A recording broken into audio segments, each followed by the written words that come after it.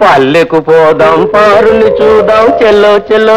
అల్లరి చేద్దాం చెల్లో చెల్లో ప్రొద్దువాలే ముందుగానే ముంగిట వాలేమో పల్లెకు పోదాం పారుని చూద్దాం చెల్లో అంకట ఫటచ్చట అదో ఎవరో మానవుడు పిలిచినట్లున్నదే ఎందుకయ్యా పిలచినావు ఏమిటయ్యా నీ బాధ తెలుపవా ఎందుకా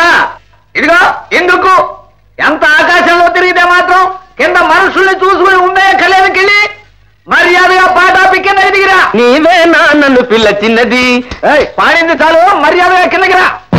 నారాయణ నారాయణ ఎవరయ్యా నువ్వు సినిమాల్లో నారదులాగా ఘంటసాల పాటలు పాడుతున్నావు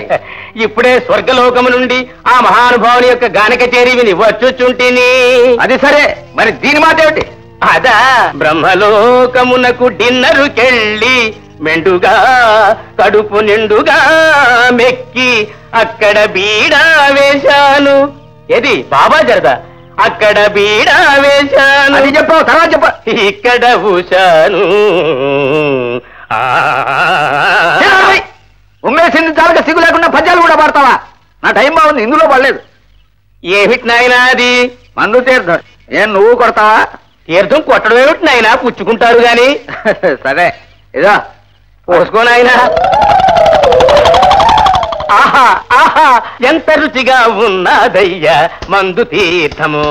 ఎందుకు బాగున్నదు 150 రూపాయలు గొంతులో నా మండిందయ్యా ఏమి తీర్థము